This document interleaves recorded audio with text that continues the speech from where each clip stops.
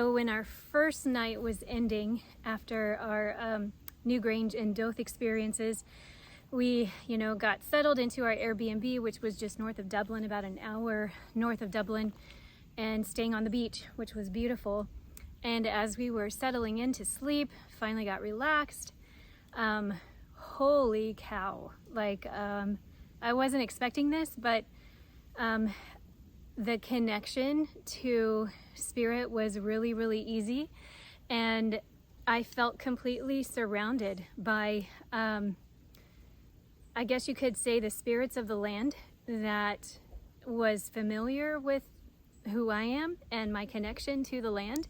And I just kept getting these huge, welcome back. We're so happy you're here. Welcome back, welcome back. And I began to have some experiences, which I won't really recount here, but to have that welcome back felt like being received by the land itself, and like a welcoming for whatever this journey was to bring, So our second day of this Ireland trip, it was pretty rainy, and so what we decided to do was to do things that were indoors. And we were staying maybe an hour away from Dublin, and so we're like, we can drive to the city. So I'll just call him our Ireland guide, but he's our soul family friend who lives in Ireland, and so he knows the sort of spiritual landscape of Ireland. Anyways, what he suggested was that we go to a museum that was having a temporary exhibit of papyrus that date back to the Essenes. And that was just like, oh yeah, gotta do that to actually be, in the physical presence of something that ancient. Had to do that. So we decided what we would be doing is a little bit of grid work while we were there. And what we like to do is carry these tiny little crystals, lots of them, and we'll just bring them with us. And then we plant them with intention wherever we're guided to plant them. And we do a lot of grid work that way. So as we were in this museum, the first thing we did was we went to the exhibit where what they were doing was displaying all of the different religions and in their history. And 2 crystals were planted in that building on opposite ends. And when we went to the exhibit, the temporary exhibit where the papyrus from the Essenes were, it was 1 floor down. And we found an emerald ring there and thought that was, a very, very neat thing. So I planted one of the tiny little crystals right underneath that emerald ring.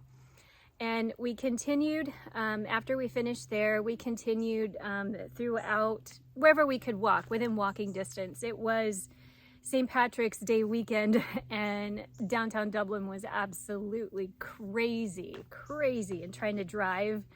I think I broke just about every traffic rule there was to break.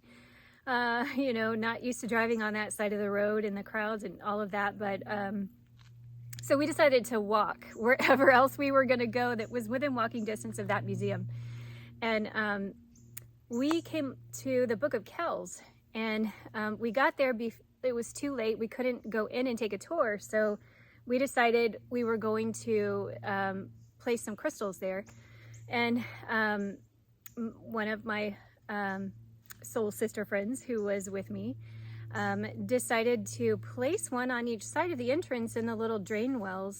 And I had placed one outside of the sign, and that turned out to be right in the middle of the building.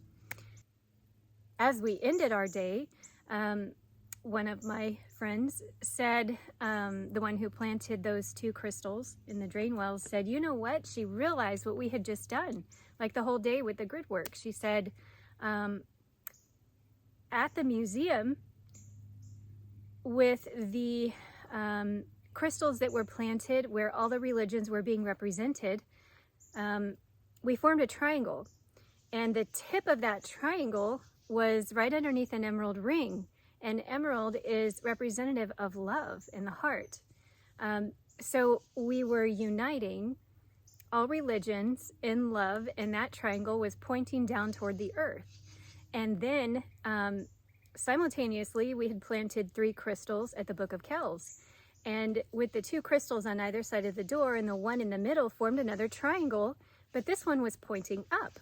So that one was like releasing knowledge, because the Book of Kells is the place of knowledge, is like releasing knowledge to the people. So then we saw, or she saw, we were uniting religions in love, pointing that toward the earth, and then releasing the knowledge to the people, pointing up toward the sky.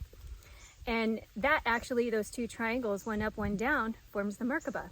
And, you know, we didn't do any of that, you know, with our conscious mind. It's just that when you're following your guidance, you never know like what you're doing, or, you know what I mean? You don't know consciously, or you're not consciously aware of exactly what you're doing until sometimes, you know, later you might see what exactly happened. But, you know, we were pretty excited to, you know, have that perspective.